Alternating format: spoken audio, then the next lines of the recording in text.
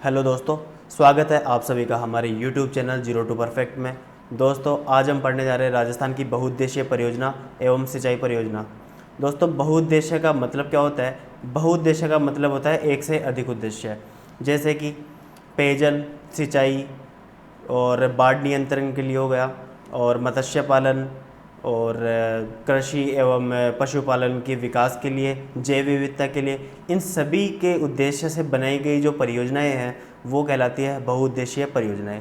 और सिंचाई परियोजना जो सिर्फ कृषि कार्य में काम आती है, कृषि के अंदर सिंचाई के लिए काम आएगी। तो दोस्तों, बहुउद्देशीय परियोजनाओं को हम राजस्थान की बहुउद्देशीय परियोजनाओं को पढ़ेंगे दो टाइप से। एक तो राजस्थान की खुद की स्वयं की परियोजना, और एक दूसरी है जो है स्वतंत्र साझे की परियोजना, जो कि दूसरे राज्यों के साथ साझा करके बनाई गई है। तो दोस्तों, हम सबसे पहले देखेंगे राजस्थान की स्वयं की बहुउद्देशीय परियोजना कौन सी है। तो दोस्तों, राजस्थान की स्वयं की बहुउद्देशीय परियोजना दो है। पहली है जाखम परियोजना और दूसरी है अनास परियोजना। तो दोस्तों, जाखम परियोजना बनी हुई है जाखम नदी पे, जाखम नदी पे बनी हुई है जाखम परियोजना, और अनास परियोजना बनी हुई है अनास नदी पर। दोस्तों, मैंने सारी नदियाँ जो है पिछले वीडियो में कवर कर ली है। अगर आपने नदियाँ नहीं देखी है तो दोस्तों उन नदियों को पहले आप उन नदियों को देखें, उसके बाद परियोजना समझने में आपको आसानी रहेगी। जैसे हमने देखी थी जाखम नदी कहाँ से निकली थी, जाखमिया गांव से निकली थी, भंवर माता की पहाड़ी से। और अनास नदी निकली थी मध्य प्रदेश से, आबोर ग्राम की पहाड़ी से। तो दोस्तों, जब तक आपको ये पता नहीं होगा कि कौन सी नदी कहाँ बह रही है, तो दोस्तों उन परियोजनाओं को समझने में आपको आसानी बिल्कुल भी नहीं रहेगी। आपको अगर वो नदियाँ समझनी है तो हमारे पिछले वीडियो जो हमने नदी के वीडियो डाले हैं वो आप ज़रूर से देखिए। तो दोस्तों, जाखम नदी निकलती है प्रतापगढ़ से, और प्रतापगढ़ से निकलने के बाद में वह डूंगरपुर में जाकर माही नदी में मिल जाती है, और वहाँ जाकर त्रिवेणी संगम का निर्माण करती है। तो दोस्तों, जाखम नदी पे जो बांध बना हुआ है, जाखम बांध, वो बना हुआ है प्रतापगढ़ के अंदर।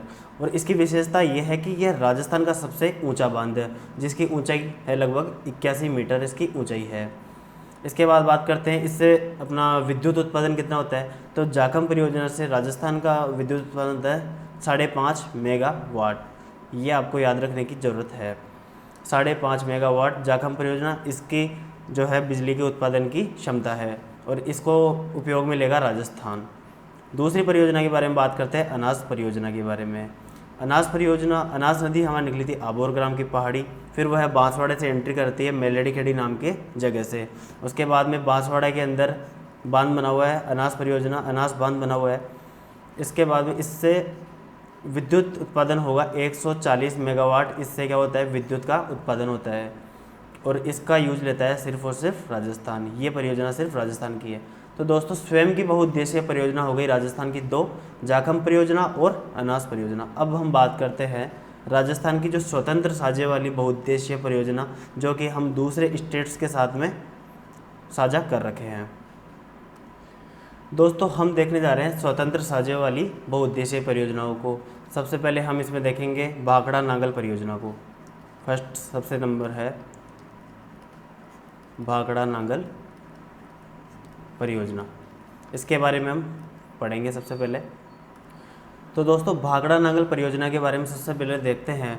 यह बनी है सतलज नदी पे, सतलज नदी पे यह परियोजना बनी हुई है, और यह है स्वतंत्र साझे की राजस्थान की, पंजाब की और हरियाणा की स्वतंत्र साझे की बहुउद्देशीय परियोजना। ये तीनों साझे से इस परियोजना को चलाते हैं। तो दोस्तों, भाखड़ा नांगल परियोजना में दो बांध बने हुए हैं, एक तो है भाखड़ा बांध, एक है नांगल बांध। भाखड़ा बांध बना हुआ है हिमाचल प्रदेश के अंदर। इसका जो उद्घाटन किया गया था 17 नवंबर 1955 को जवाहरलाल नेहरू द्वारा किया गया था, और इसकी विशेषता है कि यह गुरुत्वीय बांध का सबसे ऊंचा बांध है, यानी कि 225 मीटर इसकी ऊंचाई है, और इसे जवाहरलाल नेहरू द्वारा चमत्कारी विराट वस्तु कहा गया था। चमत्कारी विराट वस्तु जवाहरलाल नेहरू द्वारा कहा गया था। नांगल परियोजना की बात करते हैं। नांगल परियोजना बनाई गई है पंजाब के अंदर ये बनाई गई थी 1952 के अंदर। इसके बारे में बात करते हैं। जल विद्युत उत्पादन की बात करते हैं कि इसे विद्युत कितनी उत्पादित हो रही है। जल विद्युत उत्पादन जो इस नांगल परियोजना से उत्पादित होती है वो होती है 1493 मेगावाट। 1493 मेगावाट। अब यह है स्वतंत्र साझे की, तो राजस्थान इसका पूरा उपयोग नहीं कर सकता, तो इसको राजस्थान का इसका कितना प्रतिशत मिलता है, इसका मिलता है 15.52% राजस्थान का मिलता है। और ये लगभग हो गया इसका 227.32 मेगावाट अपन को 1493 में से राजस्थान का हिस्सा कितना है, तो 227.32 मेगावाट हमें इसकी विद्युत मिलती है। इसके बाद हम बात कर लेते हैं कि नांगल बांध से जो है 2 नहर निकाली गई है। एक तो है बीस्ट दोआब नहर, बीस्ट दोआब नहर, ठीक है। और एक बनाई गई है कौन सी, एक है भाखड़ा नहर। तो दोस्तों जो बीस्ट दोआब नहर है ये तो पूर्णतः पंजाब की है, ये पूरी पंजाब की है। और जो भाखड़ा नहर है ये राजस्थान, पंजाब और हरियाणा तीनों स्टेट्स की है। और राजस्थान के अंदर ये मुख्यतः कौन सा ज़िला प्रभावित होता है इससे, कौन सा ज़िला लाभान्वित होता है, हनुमानगढ़ ज़िला। तो भाखड़ा नहर से राजस्थान का हनुमानगढ़ ज़िले के अंदर सिंचाई सर्वाधिक होती है। ये हो गया हमारी भाखड़ा नांगल परियोजना। इसके बाद दूसरी परियोजना का नाम आता है व्यास परियोजना। तो दोस्तों व्यास परियोजना की बात करते हैं। व्यास परियोजना बनाई गई है व्यास नदी के ऊपर। यह राजस्थान, पंजाब और हरियाणा की तीनों की जो है स्वतंत्र साझे की परियोजना है। व्यास परियोजना पे बनाए गए हैं 2 बांध। एक बांध है पड़ोए बांध, दूसरा है पोंग बांध। पड़ोए बांध को देहर बांध भी कहा जाता है। यह बांध बनाया गया है हिमाचल प्रदेश के अंदर। पोंग बांध भी बनाया है हिमाचल प्रदेश के अंदर। और इसकी टोटल जल विद्युत उत्पादन का 20% जो है राजस्थान उपयोग लेता है, और पोंग बांध का 59% राजस्थान यूज में लेता है। इन दोनों बांध से टोटल जल विद्युत उत्पादन कितनी हो रही है, 477 मेगावाट राजस्थान को इसकी टोटल विद्युत की मिल रही है। इसके बाद बात करते हैं पोंग बांध की। पोंग बांध का निर्माण क्यों कराया गया था, इसका जो मुख्य उद्देश्य था वो था इंदिरा गांधी नहर के अंदर शीत ऋतु के अंदर जब इसके पानी की आवक कम हो जाती है तो उस पानी की आवक को रेगुलरिटी मेंटेन करना, उस पानी की आवक को बनाए रखना इसका प्रमुख उद्देश्य था। ये हो गई व्यास परियोजना। इसके बाद हम बात करते हैं चंबल नदी घाटी परियोजना की। तो दोस्तों चंबल नदी घाटी परियोजना सबसे पहले हम देखते हैं चंबल नदी पे बनाई गई है। चंबल नदी के बाद में बात करते हैं कि कौन से स्टेट्स की यह स्वतंत्र साझे की परियोजना है। तो यह है राजस्थान और मध्य प्रदेश की। राजस्थान इस परियोजना का 50% लेता है, मध्य प्रदेश भी 50% लेते हैं, यानी कि इस परियोजना का 50-50 राजस्थान और एमपी के बीच में स्वतंत्र साझा है। तो दोस्तों चंबल नदी कहाँ से उद्गम है, कहाँ निकल रही है, कहाँ जा रही है, तो दोस्तों वो आपको सबसे पहले पता होना चाहिए। चंबल नदी, अगर आपने हमारी नदी वाली वीडियो नहीं देखी है तो आप उस वीडियो को ज़रूर से देखें ताकि आपको ये सारी नदियाँ और ये बांध समझ में आए। तो दोस्तों सबसे पहले हम बात कर लेते हैं इसके अंदर गांधी सागर बांध की। गांधी सागर बांध, क्योंकि ये नदी निकलती है मध्य प्रदेश से, मध्य प्रदेश से निकलने के बाद में सबसे पहले इस नदी पे बांध आता है गांधी सागर बांध, जो कि मंदसौर एमपी पे पड़ता है। तो इस बांध से जल विद्युत उत्पादन कितना होता है, 115 मेगावाट गांधी सागर बांध से होता है। उसके बाद करते हैं हम बात, ये नदी प्रवेश करती है कहाँ पे, चित्तौड़गढ़ के अंदर। चित्तौड़गढ़ के बाद में रावतबाड़ा चित्तौड़गढ़ के अंदर इसका बांध बना हुआ है राणा प्रताप सागर बांध। तो इससे 172 मेगावाट इससे जल विद्युत का उत्पादन होता है।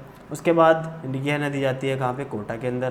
तो बोरावाहा कोटा के अंदर जवाहर सागर बांध बना हुआ है, इससे टोटल होती है 99 मेगावाट टोटल जल विद्युत की उत्पादन होती है। और कोटा बैराज से विद्युत उत्पादन नहीं होती है, यह सिंचाई परियोजना है। तो दोस्तों इन तीनों का सम कितना हो गया, 386 मेगावाट, 386 मेगावाट। तो इसका आधा आधा कौन यूज लेगा, राजस्थान और मध्य प्रदेश। यानी कि 386 का आधा कितना हो गया, 193 मेगावाट। 193 मेगावाट जो है राजस्थान यूज लेगा और 193 मेगावाट ही कौन लेगा, मध्य प्रदेश। उसके बाद बात कर लेते हैं कोटा बैराज की। कोटा बैराज से जो है 2 नहर निकाली गई है। एक तो निकाली गई है कौन सी, इंदिरा गांधी लिफ्ट नहर, इंदिरा गांधी लिफ्ट नहर। दोस्तों ये लिफ्ट नहर और इंदिरा गांधी नहर में फ़र्क है। ये इंदिरा गांधी लिफ्ट नहर है, इंदिरा गांधी नहर तो जो है सतलज नदी से आएगी, तो वो हम अभी देखेंगे इसके बाद में। तो ये है इंदिरा गांधी लिफ्ट नहर जो कि कोटा बैराज से निकली है, और एक है इसकी चंबल नहर, इसी से निकाली गई है। तो जो इंदिरा गांधी लिफ्ट नहर है, इससे जो है करौली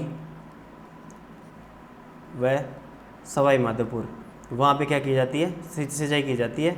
और चंबल नहर से की जाती है मोस्टली कहाँ पे, बूंदी के अंदर। बूंदी के अंदर सर्वाधिक सिंचाई की जाती है चंबल नहर से। इसके बाद दोस्तों आती है राहूघाट परियोजना। राहूघाट परियोजना जो है चंबल नदी पे बनाई गई है। चंबल नदी पे बनाई गई है तो राजस्थान और एमपी की क्या है, स्वतंत्र साझे की परियोजना है। इससे टोटल जल विद्युत उत्पादन होता है 158 मेगावाट टोटल होता है। तो इन दोनों का करना है 50-50, यानी कि 79 मेगावाट आती है राजस्थान के हिस्से में और 79 मेगावाट आती है मध्य प्रदेश के हिस्से के अंदर, ठीक है। और इससे सबसे ज़्यादा लाभान्वित जिला कौन सा है, वो है करौली। करौली सबसे ज़्यादा लाभान्वित जिला है। ये हो गई राहूघाट परियोजना। इसके बाद हम बात करते हैं माही नदी की परियोजना के बारे में। तो दोस्तों हमने जब माही नदी पढ़ी थी तो उसके ऊपर हम पढ़ी थी कि माही बजाज सागर परियोजना जो बनी हुई है वो बनी है बांसवाड़ा के अंदर, माही नदी पे बनाई गई है। तो दोस्तों आपको पता होना चाहिए कि माही नदी का उद्गम कहाँ से है और वो जा कहाँ रही है। तो माही नदी जो निकली थी वो निकली थी मध्य प्रदेश से, फिर बांसवाड़ा गई थी हमारे राजस्थान के अंदर, फिर राजस्थान से निकलने के बाद में डूंगरपुर होती हुई यह निकली थी गुजरात के अंदर। तो दोस्तों यह नदी बह रही है राजस्थान, एमपी और गुजरात के अंदर। तो ये जो परियोजना है वो है राजस्थान और गुजरात की स्वतंत्र साझे की परियोजना, जिसका हिस्सा 45% हिस्सा राजस्थान का है और 55% हिस्सा किसका है, गुजरात का। तो दोस्तों सबसे पहले हम देख लेते हैं माही नदी पे किस तरीके से बांध बने हुए हैं। माही नदी के यहाँ से क्लासिफिकेशन करता हूँ मैं। माही नदी पे कडाना बांध बना हुआ है जो कि गुजरात में बना हुआ है। हम देखेंगे राजस्थान की परियोजनाओं को देख रहे हैं। इसके बाद एक बना हुआ है माही बजाज सागर, जिसके बारे में पढ़ रहे हैं अभी, माही बजाज सागर बांध। और एक बना हुआ है कागदी बांध, ये भी बांसवाड़ा में बना हुआ है, कागदी पिकअप बांध है, ठीक है। तो माही बजाज सागर की बात करें तो ये बना हुआ है बांसवाड़ा के अंदर, बोरखेड़ा नामक स्थान पर, बोरखेड़ा बांसवाड़ा।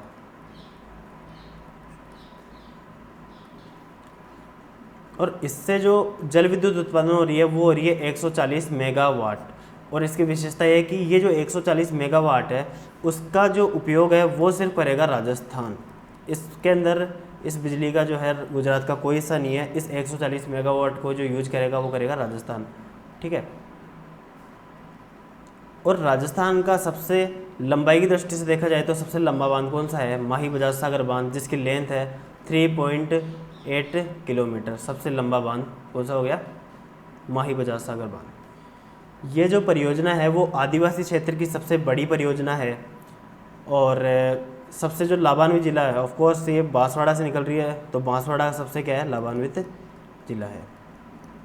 ये हो गई हमारी माही बजाज सागर परियोजना और ये अपनी यहाँ पे कंप्लीट होती है बहुउद्देशीय परियोजनाएं कंप्लीट। इसके बाद हम पढ़ेंगे सिंचाई परियोजनाओं को। तो दोस्तों इन सभी परियोजनाओं को पढ़ने से पहले मैं आपको रिकमेंड करूँगा कि आप सबसे पहले इन सभी नदियों को देख लें। हमने जो वीडियो डाला है नदियों का, सभी नदियों का, राजस्थान की सभी नदियाँ, तो उनको आप ज़रूर से देखें। उससे आपकी अंडरस्टैंडिंग बढ़ जाएगी और सभी परियोजनाओं को समझने में आपको आसानी रहेगी। तो दोस्तों अब हम पढ़ने जा रहे हैं सिंचाई परियोजनाओं को, राजस्थान की सभी सिंचाई परियोजनाएं। तो सिंचाई परियोजनाओं को समझ लेते हैं हम। तो दोस्तों सिंचाई परियोजनाएं 3 भागों में बांटी गई है, वृहद श्रेणी सिंचाई परियोजना, मध्यम श्रेणी सिंचाई परियोजना और लघु श्रेणी सिंचाई परियोजना।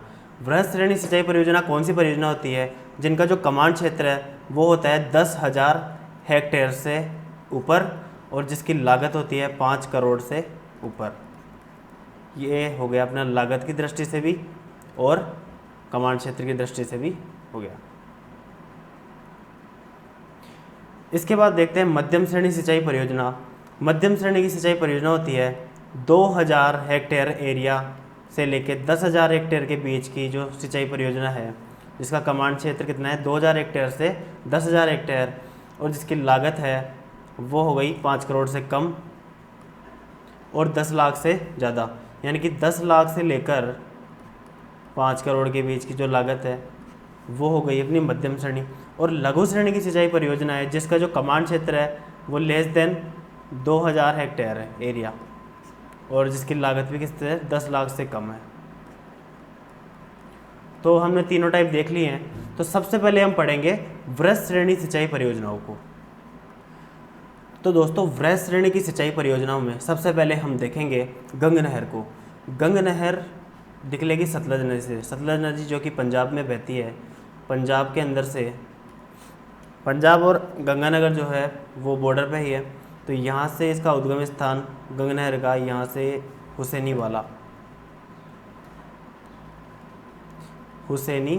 वाला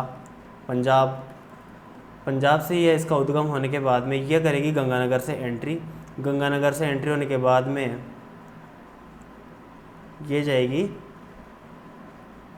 यहाँ पे शिवपुरी हेड। ये कहाँ है? गंगानगर के अंदर। तो दोस्तों इसकी एंट्री होगी वो भी होगी शिवपुरी हेड से, और इसकी जो एंडिंग है वो भी शिवपुरी हेड से। इसके बाद में इससे 4 शाखाएं निकल रही है,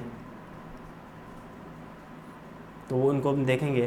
तो सबसे पहले हम देखते हैं इसकी टोटल लंबाई इस गंग नहर की, यहाँ से लेकर जहाँ से इसका उद्गम है वहाँ से लेकर यहाँ तक टोटल कितनी है? 129 किलोमीटर। और राजस्थान में एंट्री करना है क्योंकि यह पंजाब में बह रही है, तो राजस्थान के अंदर कितनी है? राजस्थान में सिर्फ और सिर्फ है 17 किलोमीटर इसकी लंबाई है। इसकी जो शाखा है हम देख लेते हैं। सबसे पहले हम इस शाखा को देखते हैं। इस शाखा का नाम है समीजा शाखा। दूसरे नंबर की जो शाखा है वो है लालगढ़ शाखा। तीसरे नंबर की शाखा देखते हैं हम करणी शाखा। और जो चौथी शाखा है वो देखते हैं हम कौन सी? लक्ष्मी नारायण शाखा। तो ये 4 शाखाएं गंग नहर से निकल रही है। और इसके बारे में जानकारी 1922 से लेकर 1927 में इसका निर्माण कराया गया था। किसके द्वारा? बीकानेर के शासक गंगाशिया के द्वारा। गंगाशिया द्वारा इसका निर्माण किया गया था। राजस्थान में पहली बार किसी नहर का निर्माण हुआ था। किसके द्वारा? गंगाशिया द्वारा। बीकानेर का शासक था ये। और इसे कहा जाता है आधुनिक भारत का भागीरथ। किसे कहा जाता है? गंगाशिया को, क्योंकि इसने करवाया था गंग नहर का निर्माण। ये गंग नहर निकली है कहाँ से? सतलज नदी, जो कि पंजाब में बह रही है। उद्गम स्थान मैंने आपको बता दिया हुसैनी वाला से निकली है पंजाब से। उसके बाद में ये पंजाब में बहती हुई गंगानगर में एंट्री करेगी। कहाँ से? शिवपुरी हेड से। और 17 किलोमीटर बह के ये शिवपुरी हेड तक ही एंड हो जाती है। ये हो गई गंग नहर। इसके बाद हम बात कर लेते हैं पहले हम देख लेते हैं नर्मदा नहर को देख लेते हैं इससे पहले, क्योंकि इंदिरा गांधी नहर जो है थोड़ी समझाने में बड़ी है। तो छोटी नहर को पहले हम देख लेते हैं। नर्मदा नहर को हम देखेंगे सबसे पहले। नर्मदा नहर आपको पता है नर्मदा नदी कहाँ से निकलती है?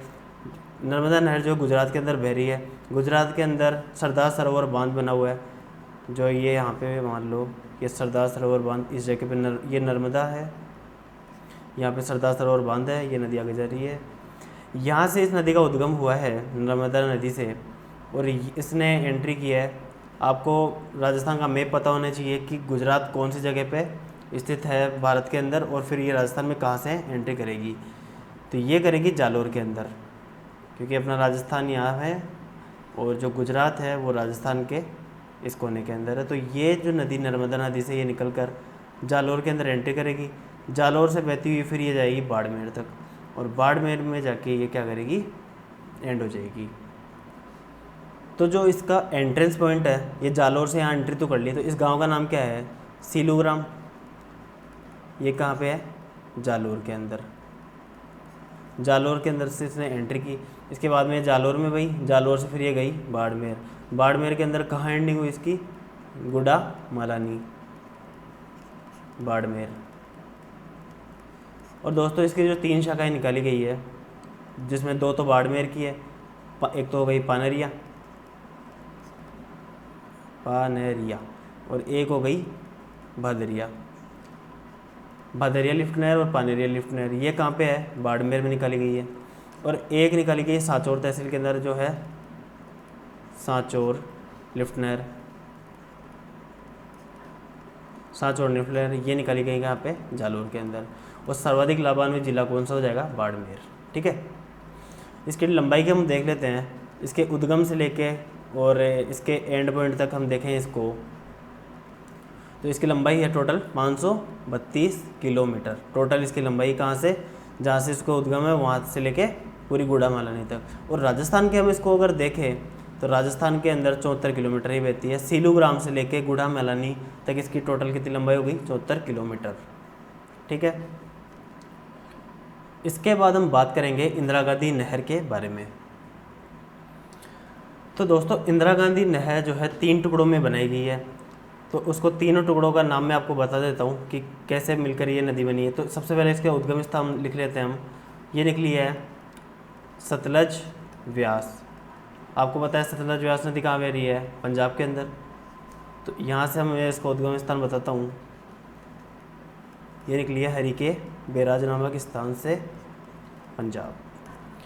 इसके बाद में यह निकल के हरिके बैराज से निकलने के बाद में ये एंट्री कहाँ कर रही है हनुमानगढ़ के अंदर। हनुमानगढ़ के अंदर जाकर यह नदी जाएगी माँ सीतावाली हेड। माँ सीतावाली हेड ये कहाँ पे पड़ेगा, हनुमानगढ़ के अंदर। तो दोस्तों इस नदी को इंदिरा गांधी नहर पहले नहीं बोला जाता था। इस टुकड़े को बोला जाता है क्या, राजस्थान फीडर। इस टुकड़े को बोला जाता है राजस्थान फीडर। और इसकी जो लंबाई है कहाँ से, हरिके बैराज से लेकर माँ सीतावाली हेड तक, इसकी जो टोटल लंबाई वो कितनी है, 204 किलोमीटर। आपको सिर्फ ये 2-3 लेंथ याद रखनी है। इसके बाद मैं आपको समझाता हूँ कैसे आगे करना है इसको। 204 किलोमीटर राजस्थान फीडर की लंबाई। इसके बाद में इसको बनाया गया आगे की तरफ और फिर ये आगे बहती हुई इसका कंस्ट्रक्शन करवाया गया तक जैसलमेर तक। जैसलमेर के अंदर नाम है मोहनगढ़। मोहनगढ़ जैसलमेर। और यहाँ तक की नदी को बोला गया राजस्थान नहर। ठीक है, और इसकी जो टोटल लंबाई है वो है 445 किलोमीटर। ये कौन कौन से ज़िलों में होके आई है, ये आई है हनुमानगढ़ से, फिर ये आई है गंगानगर, फिर बीकानेर, फिर जैसलमेर, और उसके बाद में ये कहाँ तक आ गई है, ये जैसलमेर तक आ गई है। इसके बाद एक उपशाखा निकाली गई है अभी, जो कि अंडर कंस्ट्रक्शन है, वो भी तैयार नहीं हुई है। इसका नाम है बाबा रामदेव। बाबा रामदेव शाखा। ठीक है, बाबा रामदेव शाखा ये कहाँ तक आ रही है, बाड़मेर। बाड़मेर में कौन सी जगह तक, गडरा रोड। और इसकी जो लेंथ में आपको बताइए, इसके यहाँ तक बता दी, मोहनगढ़ तक 445, कहाँ से लेकर माँ सीतावाली हेड से लेकर के, और मोहनगढ़ तक कितनी लंबाई, 445। और ये जो बाबा रामदेव शाखा बनी है वो बनी है 90 किलोमीटर की। ये 90 किलोमीटर की। ठीक है, ये तैयार हो गई है बाड़मेर तक, अभी अंडर कंस्ट्रक्शन है, ये अभी तैयार नहीं हुई है, ये प्रस्तावित है अभी। इसके बाद हम बात करते हैं कि इसकी उपशाखाओं के बारे में, किससे कौन कौन सी शाखा निकाली गई है। तो राजस्थान नहर से निकाली गई है यहाँ पे चौधरी कुंभाराम, उसके बाद में श्री कंवर सेन, उसके बाद में पन्नालाल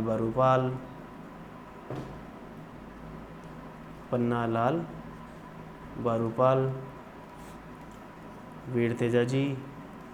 और ये कहाँ निकाली गई वो मैं आपको भी डिटेल में समझाता हूँ। वीर तेजा जी, डॉक्टर करण सिंह, ठीक है, गुरु जम्बेश्वर, और एक लास्ट कौन सी है, जयनारायण व्यास। और ये कहाँ निकली गई वो मैं आपको बता देता हूँ। तो सबसे पहले हम बात कर लेते हैं पहले टुकड़े की, जो कि है कौन सा, राजस्थान फीडर, जो जहाँ से इसका उद्गम हुआ है, जिसकी टोटल लंबाई है 204 किलोमीटर। ठीक है, तो 204 किलोमीटर तो इसके उद्गम स्थान से माँ सीतावाली हेड तक है। राजस्थान में ये प्रवेश करती है माँ सीतावाली हेड से और एंडिंग है माँ सीतावाली हेड। और इसकी ये राजस्थान में कितनी बह रही है, राजस्थान फीडर सिर्फ और सिर्फ 34 किलोमीटर। कहाँ से कहाँ तक, राजस्थान के जहाँ से ये एंट्री कर रही है वहाँ से लेकर के माँ सीतावाली हेड तक 34 किलोमीटर की है। और टोटल है 204, जहाँ से इसका हरिके बैराज से लेकर माँ सीतावाली हेड तक। इसके बाद हम बात कर लेते हैं कि अब माँ सीतावाली हेड से जब ये जैसलमेर तक आई तो 445 किलोमीटर इसकी टोटल लेंथ है। तो राजस्थान में भी इसकी लंबाई 445 किलोमीटर रहने वाली है, क्योंकि मासीता वाली हेड हनुमानगढ़ राजस्थान में ही है और इसके बाद में जैसलमेर भी राजस्थान में। तो ये टोटल हो गई 445 किलोमीटर। इसके बाद राजस्थान नहर का नाम जो है चेंज किया था, इंदिरा गांधी नहर चेंज हो गया था। वो कब हुआ था? वो हुआ था 2 नवंबर 1984 को। और दोस्तों इस योजना की पहल जो की थी वो की थी श्री कंवर सेन ने। श्री कंवर सेन ने लिखा था पत्र बीकानेर के लिए पानी की आवश्यकता। उसमें इसका जिक्र किया कि इस नहर का निर्माण किया जाए। इस नदी का पहले नाम इंदिरा गांधी नहर नहीं था, इसका नाम पहले था राजस्थान नहर, और इसको चेंज करके बाद में किया गया था 2 नवंबर 1984 को क्या किया गया, इसका इंदिरा गांधी नहर का नाम दिया गया था। इसके बाद हम बात कर लेते हैं इससे इम्पोर्टेंट जानकारी की, इसकी लेंथ के बारे में जानेंगे। सबसे पहले राजस्थान फीडर की मैंने आपको बता दी 204 किलोमीटर, और राजस्थान फीडर की हो गई 204, राजस्थान नहर की हो गई 445 और बाबा रामदेव शाखा 90 किलोमीटर। तो टोटल लंबाई की बात करते हैं इसके अंदर। सबसे पहले टोटल लंबाई देखने के लिए इन सभी को जोड़ेंगे अपन। तो कितनी हो गई है? 204 किलोमीटर तो किसकी लंबाई है? राजस्थान फीडर की। 445 किलोमीटर किसकी है? राजस्थान नहर की। और 90 किलोमीटर किसकी लंबाई है? बाबा रामदेव उपशाखा की। तो इसकी कितनी हो गई? 9 9 4 13, यानी कि 739 किलोमीटर टोटल लंबाई किसकी हो गई? इंदिरा गांधी नहर की पूरी लंबाई क्या हो गई? 739 किलोमीटर। इसके बाद हम बात करते हैं राजस्थान की टोटल लंबाई। राजस्थान में टोटल, तो राजस्थान के अंदर आपको पता है 204 किलोमीटर, ये तो पूरी राजस्थान में ही है तो ये तो जुड़ेगी। और 204 किलोमीटर के अंदर से 34 किलोमीटर जो है राजस्थान में बहती है। तो राजस्थान में कितनी हो गई? 34 किलोमीटर। फिर 445 पूरी राजस्थान में है तो 445 किलोमीटर, और 90 किलोमीटर भी राजस्थान में है। तो 5 की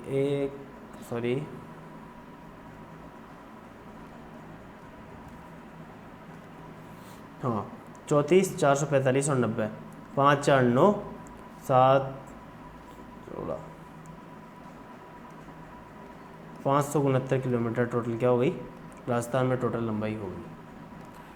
तो दोस्तों ये लंबाई है प्रस्तावित लंबाई है। अभी 90 किलोमीटर का काम पूरा नहीं हुआ है। तो वर्तमान में कितनी है उसको भी देख लेते हैं। वर्तमान में टोटल की बात करते हैं तो टोटल तो ये 204 जुड़ेगा पूरा, 204 और 445 जुड़ेगा। और अभी 90 किलोमीटर इसमें नहीं जुड़ेगा क्योंकि वर्तमान में भी ये कंस्ट्रक्शन में नहीं है। 9 4 6 यानी कि 649 वर्तमान के अंदर टोटल लंबाई है। और वर्तमान में ही राजस्थान की टोटल कितनी हो गई? राजस्थान की यहाँ से तो 34 किलोमीटर और 445 ये हो गई। 9 7 यानी कि 479 किलोमीटर क्या हो गया? राजस्थान में वर्तमान में लंबाई हो गई। तो दोस्तों इंदिरा गांधी नहर का पानी कौन कौन से ज़िलों में जाते हैं वो हम देख लेते हैं। तो ये पंजाब यहाँ पे है, पंजाब से निकलने के बाद सतलज व्यास से निकलने के बाद में हनुमानगढ़, फिर ये गई गंगानगर, फिर वहाँ से गई ये बीकानेर, फिर जैसलमेर में जाने के बाद में यहाँ पे रुकी है मोहनगढ़ से फिर ये बाड़मेर तक अभी रामदेव बाबा शाखा अंडर कंस्ट्रक्शन हो रही है। ये गड्ढा रोड यहाँ पे आ गई। हनुमानगढ़ में यहाँ पे मासीता वाली हेड बना हुआ है। ठीक है, इसके बाद हम बात कर लेते हैं कि अभी जो है वर्तमान में 8 ज़िले इसका लाभ ले रहे हैं। कौन कौन से ज़िले ले रहे हैं? एक तो अपना ये हो गया हनुमानगढ़, एक श्रीगंगानगर, दूसरा बीकानेर, जैसलमेर। ठीक है, ये तो ले रहे हैं। कौन 4 ज़िले तो हो चुके हैं ये। और 4 ज़िले और कौन से हैं? 4 ज़िले हैं चूरू हो गया, एक अपना ये झुंझुनू हो गया, नागौर और जोधपुर। ये कैसे ले रहे हैं? क्योंकि अभी अपने देखा जैसे हमने राजस्थान नहर के उपशाखाएँ देखी थी। कौन कौन सी देखी थी? चौधरी कुंभाराम हो गई और वीर तेजा जी, जंबेश्वर, जयनारायण व्यास, ये सभी हमने देखी। तो वो इस पानी को बाकी ज़िलों के अंदर लेके जा रही है। तो इनके अंदर से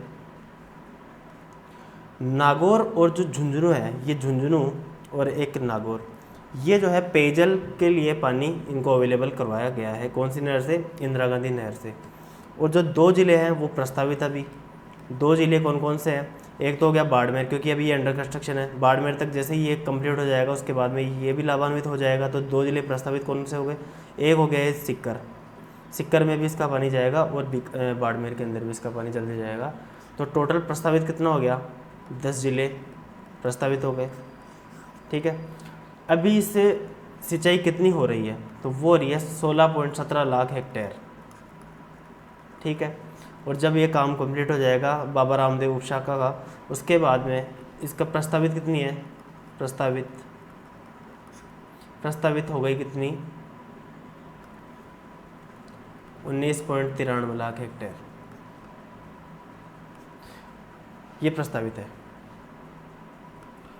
अब हम देख लेते हैं इंदिरा गांधी नहर की जो शाखा है उनको। चौधरी कुंभाराम लिफ्ट नहर, चौधरी कुंभाराम लिफ्ट नहर का पानी कहाँ कहाँ जाएगा? एक तो हनुमानगढ़, एक हो गया अपना चूरू, एक हो गया अपना झुंझुनू और एक हो गया बीकानेर। इन चारों जगह जाएगा चौधरी कुंभाराम लिफ्ट नहर का पानी। चौधरी कुंभाराम लिफ्ट नहर के बारे में विशेषता कि जर्मनी के सहयोग से इस पर कौन सी योजना चलाई जा रही है? आपनी योजना चलाई जा रही है। और वो क्यों चलाई जा रही है? वो चलाई जा रही है पेयजल की समस्या से निजात पाने के लिए, पेयजल की समस्या को दूर करने के लिए। इसके बाद हम बात करते हैं दूसरी शाखा हमने कौन सी देखी थी?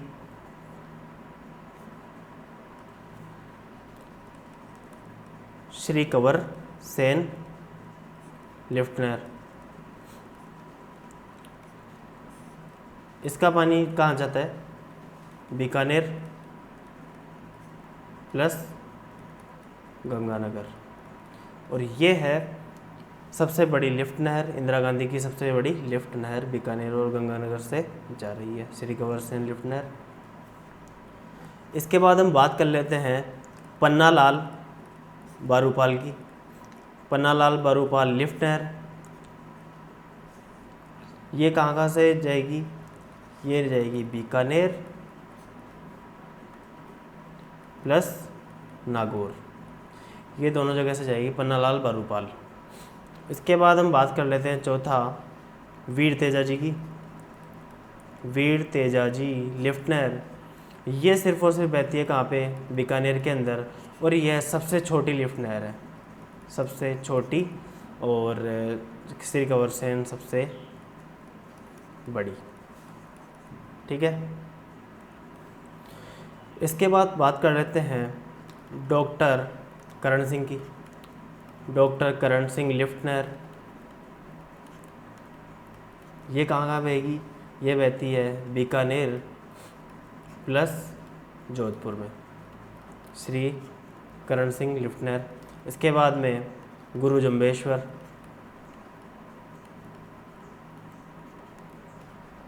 ये कहाँ बहेगी? बीकानेर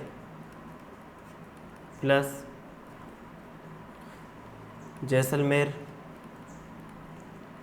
प्लस जोधपुर में। ये बीकानेर, जैसलमेर, जोधपुर में गुरु जम्बेश्वर बहेगी। और लास्ट बची है जयनारायण व्यास। जयनारायण व्यास कहाँ पे है?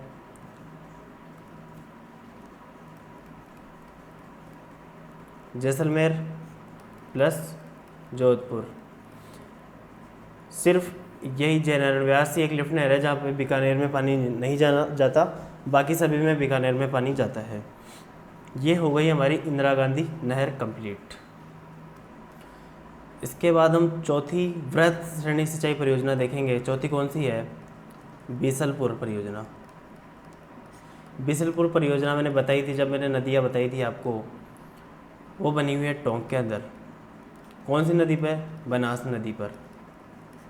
अब बनास नदी अगर आपको पता नहीं होगा कहाँ से निकलती है, कहाँ पे बहती है, तो आपको ये समझ में नहीं आएगा बिल्कुल भी। तो आप वो वीडियो ज़रूर से देखें। बनास नदी निकलती है खमनोर की पहाड़ियों से, राजसमंद से। राजसमंद से निकलने के बाद में यह नदी जाती है चित्तौड़गढ़, भीलवाड़ा, फिर अजमेर, अजमेर से टोंक, फिर सवाई माधोपुर में जाकर ये मिलती है चंबल नदी के अंदर। बीसलपुर परियोजना बनाई गई है टोंक के अंदर। और इसका निर्माण किसने करवाया था? विग्रह राज चतुर्थ बीसल देव ने इसका निर्माण करवाया था। बीसल देव द्वारा इसका क्या करवाया था? निर्माण करवाया गया था।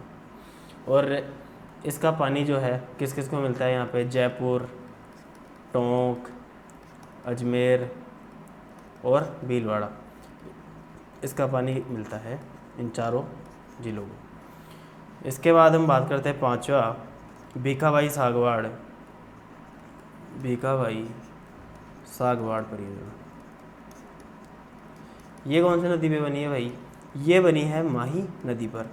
माही नदी पे कौन सी जगह पे? डूंगरपुर के अंदर। अब माही नदी आपको पता होना चाहिए, माही नदी कहाँ बहती है, कौन से जिले से बहती है, तो ये आपको सब कुछ पता होना चाहिए। तो ये डूंगरपुर के अंदर बनी हुई है माही नदी पर भीखाबाई सागवाड़ परियोजना। इसके बाद हम बात करते हैं जवाई बांधिया परियोजना की। तो जवाई परियोजना मैंने आपको जब नदियाँ पढ़ाई थी वहाँ उस टाइम पे बताया था, ये लूणी नदी की सहायक नदी है। कौन सी? जवाई नदी। जवाई नदी जो है पाली से निकली थी, कहाँ से? गोरिया ग्राम से। तो उस पे पाली के अंदर ही बांध बना हुआ है, जवाई बांध। तो इसका निर्माण करवाया गया था किसके द्वारा? उमेद सिंह के द्वारा। और इसे कहा जाता है मारवाड़ का अमृत सरोवर। इसे कहा जाता है मारवाड़ का अमृत सरोवर। और ये नदी जाके फिर मिलती है लूणी नदी के अंदर, फिर लूणी नदी से जाकर ये गिरती है कहाँ पे? कच्छ के रन में। तो आप इन सभी नदियों को ज़रूर से देख लें। और उदयपुर के अंदर एक सेई परियोजना है जो कि सेई नदी पर बनाई गई है। उसका निर्माण क्यों करवाया गया है? ताकि इस जवाई नदी के अंदर पानी की आवक बनी रहे। तो सेई नदी पर सेई परियोजना बनाई गई है उदयपुर के अंदर, ये भी आप ध्यान रखें। इसके बाद आता है ईसरदा परियोजना। ईसरदा परियोजना की बात करें तो ये कौन सी नदी पे बनी हुई है? बनास नदी पर। मैंने बनास नदी आपको बता दी है, बनास नदी तंत्र पढ़ा दिया है आपको। बनास नदी ये बना हुआ ईसरदा परियोजना सवाई माधोपुर। और बनास नदी जाकर सवाई माधोपुर में कौन सी नदी मिलती है? चंबल नदी के अंदर। तो ये चंबल नदी का ये एक पार्ट है। इसके बाद हम बात कर लेते हैं इसकी विशेषता क्या है कि ईसरदा परियोजना का निर्माण क्यों करवाया गया है। टोंक और जयपुर के जो सीमावर्ती जो गांव है उनको पानी देने के लिए ईसरदा परियोजना का विकसित किया गया था। इसके बाद बात करते हैं यमुना लिंक नहर की, या फिर इसको बोलते हैं गुड़गांव नहर। अब आपको पता है यमुना कौन सी जगह से बह रही है? अपने राजस्थान के पास से, यूपी से बह रही है। यूपी के पास अपना पड़ता है भरतपुर। तो भरतपुर के अंदर यह नहर बहती है। इस लिंक नहर का उद्गम जो है यमुना नदी से ही है और भरतपुर के कामा तहसील में यह जल की आपूर्ति करती है। इसके बाद हम बात करते हैं भरतपुर नहर की। नाम से पता पड़ रहा है भरतपुर नहर, तो भरतपुर में ही बहेगी। तो और इसकी ये कौन सी नदी पे बना हुआ है? ये भी बनी हुई है यमुना नहर पर। कौन सी जगह बनेगी? भरतपुर के अंदर ही बनेगी क्योंकि भरतपुर नहर है। इसके बाद लास्ट है वृहद श्रेणी सिंचाई परियोजना में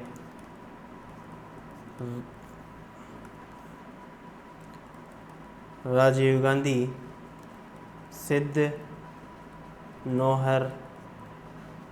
सिद्धमुख नौहर परियोजना। इसकी बात करते हैं राजीव गांधी सिद्धमुख नौहर परियोजना। इसके बारे में बात कर लेते हैं। ये कौन सी नदी पे बनी है भाई?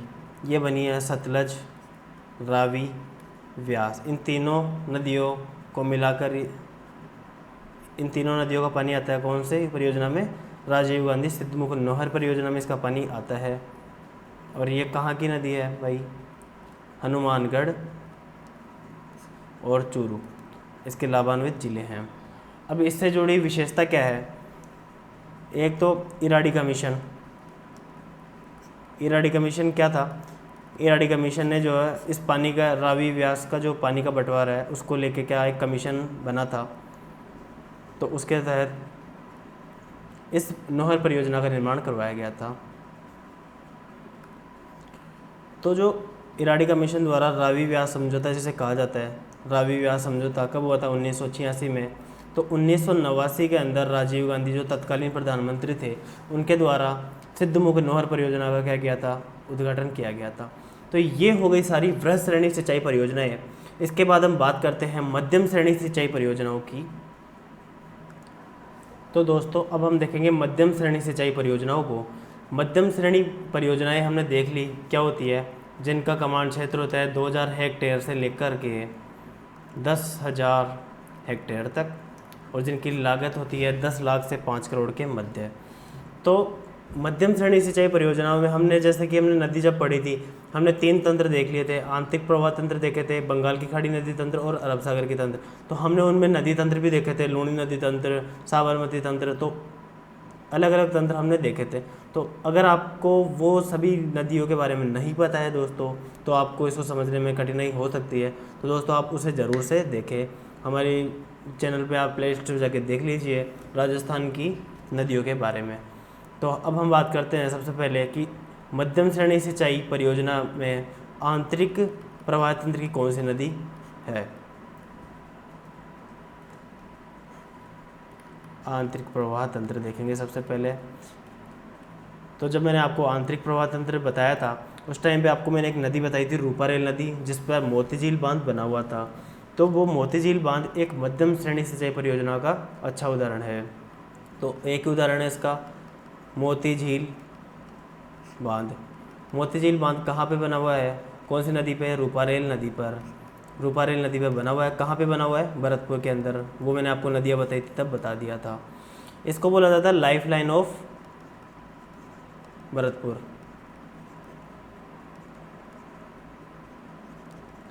इसको बोला जाता है लाइफ लाइन ऑफ भरतपुर भी। और इसके बाद ये आंतरिक प्रवाह तंत्र की एक ही नदी है, रूपारेल नदी, जिस पे मोती झील बांध बना हुआ है। इसके बाद हम देखेंगे लूणी नदी तंत्र को। तो दोस्तों लूणी नदी तंत्र की कौन सी नदी है जो कि मध्यम श्रेणी सिंचाई परियोजनाओं में प्रयुक्त की गई है। तो लूणी नदी तंत्र के अंदर जब मैंने आपको बताई थी उसकी सहायक नदियाँ, तो एक तो आ गई अपनी कौन सी, बांडी नदी, और एक है अपनी सुकड़ी नदी। इन नदियों पे बने हुए वो बांध जिनकी हम बात कर रहे हैं। बांडी नदी पे बना कौन सा, हेमावास बांध। ये परियोजना कौन सी, हेमावास परियोजना या फिर हेमावास बांध। ये एक मध्यम श्रेणी सिंचाई परियोजना का उदाहरण है। सुकड़ी नदी पे बांध बना हुआ है कौन सा, बाकली बांध। ठीक है।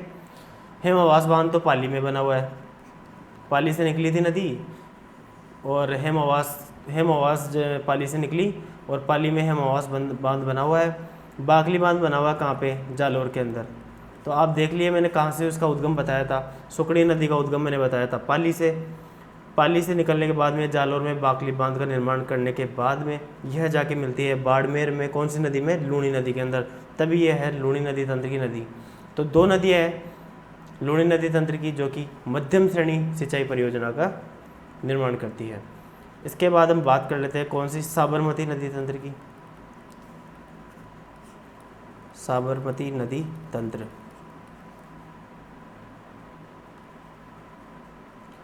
साबरमती नदी तंत्र हम देखते हैं तो हमने देखा था इसकी मानसी वाक्कल परियोजना भी देखी थी हमने। मानसी वाक्कल परियोजना ये कौन सी नदी पे बनी है, मानसी वाक्कल नदी पे बनी हुई है। कहाँ पे, उदयपुर के अंदर, क्योंकि साबरमती नदी निकली कहाँ से थी, उदयपुर से। जब हमने नदियाँ पढ़ी थी तब देखी थी। इसके बाद इसकी विशेषता के बारे में देख लेते हैं कि सबसे लंबी जो जल सुरंग है वो जो है इसी परियोजना के अंदर बनी हुई है। जिस जल सुरंग का नाम क्या है, देवास जल सुरंग। देवास जल सुरंग इसका है, जो कि 11.2 किलोमीटर की इसकी लेंथ है। इसके बाद साबरमती नदी तंत्र की दूसरी नदी कौन सी है, सेई नदी, जो मैंने आपको बताई थी। सेई नदी जिसका पानी कहाँ जा रहा था, अभी मैंने आपको बताया था, जवाई नदी के अंदर इसका पानी जा रहा था। सेई नदी पे बनी है सेई परियोजना। सेई परियोजना कहाँ पे, उदयपुर के अंदर। तो ये हो गया अपना साबरमती नदी तंत्र। 3 तंत्र हमने देखे, आंतरिक प्रवाह तंत्र, लूणी नदी तंत्र, मानसी वाक्कल। ये सभी जो एग्जाम्पल चल रहे हैं वो चल रहे हैं मध्यम श्रेणी सिंचाई परियोजना। इसके बाद कौन सा तंत्र हम देखते हैं,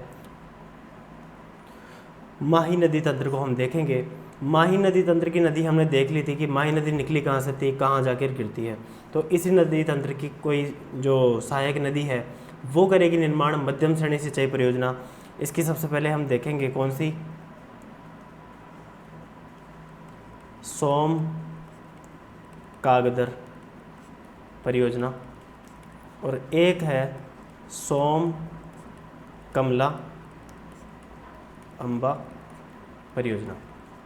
ये दो परियोजना बनाती है कौन सी, मध्यम श्रेणी सिंचाई परियोजना। कौन से तंत्र पर, माही नदी तंत्र पर। तो जो सोम कागदर है वो ये भी बनी है सोम नदी के ऊपर, नाम से पता लग रहा है। सोम नदी कहाँ से निकली थी, हमने देख लिया था, उदयपुर से निकली थी, बिच्छा मेड़ा की पहाड़ी से निकली थी। और सोम कमला अम्बा ये भी बनी है सोम नदी पर, लेकिन सोम कागदर ये तो है उदयपुर के अंदर बनी है, और सोम कमला अम्बा ये कहाँ बनी है, डूंगरपुर के अंदर। आपको पता है सोम नदी मैंने आपको जब बताई थी, सोम नदी आकर कौन सी नदी पे मिल रही थी, माही नदी में। कहाँ पे, डूंगरपुर में, और वहाँ आकर एक त्रिवेणी संगम का निर्माण कर रही थी। तो ये माही नदी तंत्र की दो नदियाँ हो गई है जो कि मध्यम श्रेणी सिंचाई परियोजना का निर्माण करती है। इसके बाद हम देखते हैं पश्चिमी बनास नदी तंत्र के बारे में कि इस नदी पे कौन सी मध्यम श्रेणी सिंचाई परियोजना है। तो इस पे सिर्फ एक ही बांध है, वो है पश्चिमी बनास परियोजना बनाई गई है इस पे, जो कि आपको मैंने बताया था पश्चिमी बनास कौन सी जगह से निकली थी, सिरोही से। तो ये सिरोही के अंदर ही ये परियोजना बनाई गई है। सिरोही के सबसे ऊंचा बांध कौन सा है, पश्चिमी बनास बांध, ठीक है।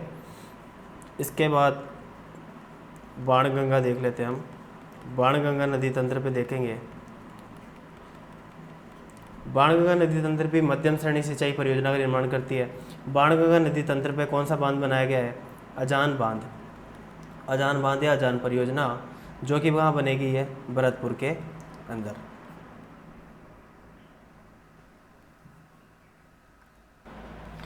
दोस्तों इसके बाद हम देखते हैं बनास नदी तंत्र के बारे में। बनास नदी तंत्र, बनास नदी तंत्र की कौन सी वे नदियाँ हैं जो कि मध्यम श्रेणी सिंचाई परियोजनाओं का निर्माण करती है, जिनमें मध्यम श्रेणी सिंचाई परियोजनाएं बनाई गई है। तो इसके अंदर हम देखते हैं सबसे पहली नंद संबंध परियोजना। ये नंद संबंध परियोजना ये जो है प्रॉपर बनास नदी पर ही बनी है, और ये कहाँ पे बनी है, राजसमंद में। इसके बाद हम बात करते हैं बनास नदी के बारे में। एक बना हुआ है मेजा बांध। मेजा बांध मैंने आपको जब नदियाँ पढ़ाई थी, कोठारी नदी पर पढ़ाई थी, कोठारी नदी पर बनाया गया है कौन सा बांध, मेजा बांध। और मेजा बांध बना हुआ है भीलवाड़ा में, ठीक है। कोठारी नदी भी कहाँ से निकली थी, राजसमंद से निकली थी, दिवेर की पहाड़ी से निकलकर फिर भीलवाड़ा में आकर ये मिली थी, कहाँ पे, बनास नदी के अंदर। तो मेजा बांध कहाँ पे बना हुआ है, भीलवाड़ा के अंदर, कोठारी नदी पे। इसके बाद हम तीसरी नदी के बारे में बात करते हैं। तीसरे नंबर पे है नारायण सागर बांध। ये कौन सी नदी पे बना हुआ है, ये बना हुआ है खारी नदी पर। खारी नदी जो कि बनास की सहायक नदी है, ये बना हुआ कहाँ पे, अजमेर के अंदर। खारी नदी का उद्गम स्थान हमने देखा था कहाँ पे, राजसमंद से खारी नदी निकली है। इसके बाद में यह अजमेर में जाके कहाँ, अजमेर में कौन से बांध का निर्माण कर रही है, नारायण सागर का निर्माण कर रही है। इसके बाद चौथी देखते हैं मोरेल बांध। मोरेल बांध कौन सी नदी पे बना हुआ है, मोरेल नदी पर। मोरेल नदी पे बना हुआ है, कौन सी जगह पे मोरेल नदी है, कहाँ की, सवाई माधोपुर की। तो सवाई माधोपुर में मोरेल बांध बना हुआ है। इसके बाद पांचवा है अड़वान बांध।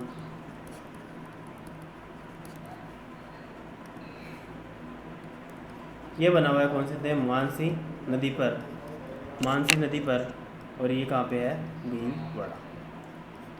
ये हो गई अपनी बनास नदी तंत्र की सभी मध्यम श्रेणी सिंचाई परियोजनाएं। इसके बाद सबसे इम्पोर्टेंट है चंबल नदी तंत्र। चंबल नदी की कौन सी वे नदियाँ हैं जो कि मध्यम श्रेणी सिंचाई परियोजनाओं का निर्माण करती है, उनको हम देखेंगे।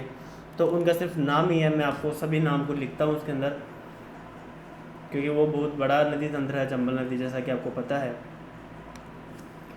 तो सबसे पहले हम देखते हैं सावन भादो परियोजना। सावन भादो परियोजना कौन सी नदी पे है? सावन भादो नदी पर है और ये कहाँ पे है? कोटा के अंदर। इसके बाद मैं सारी नदियों को लिख देता हूँ एक बार। तो दोस्तों इसके बाद है तकली परियोजना जो कि तकली नदी पर है कोटा के अंदर। लासी परियोजना लासी नदी पर है बारा के अंदर। विलास परियोजना विलास नदी पर है बारा के अंदर। और बेतली परियोजना है बेतली नदी पर बारा के अंदर।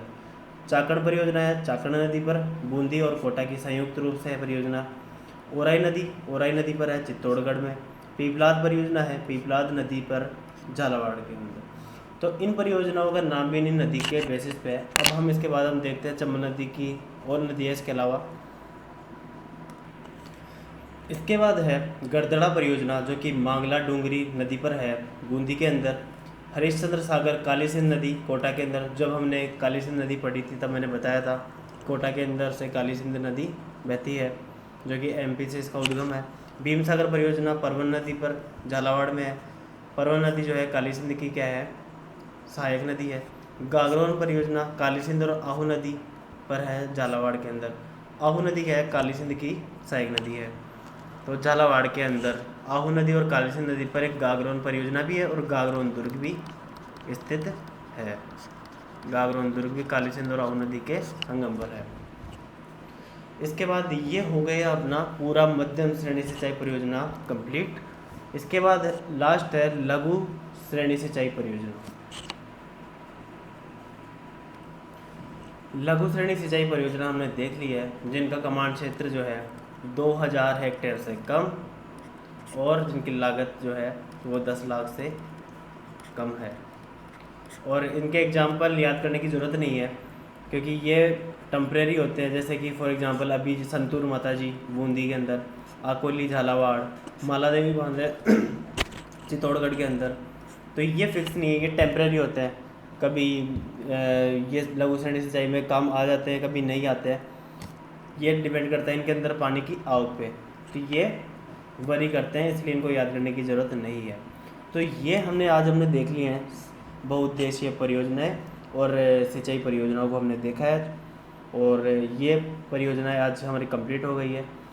तो दोस्तों आपको इन परियोजनाओं को समझने के लिए सभी नदियों वाला जो वीडियो हमने डाला था इसी चैनल पे प्लेलिस्ट पे आप चेक कर लीजिए, वो आप देखिए। आपको सारी नदियाँ समझनी होगी, उसके बाद में सारी परियोजना आपको अच्छे से समझ में आएगी। तो दोस्तों होप कि आपको ये वीडियो पसंद आया है। अगर आपको ये वीडियो पसंद आया तो इसे लाइक कीजिए, हमारे चैनल को सब्सक्राइब करिए। Thank you.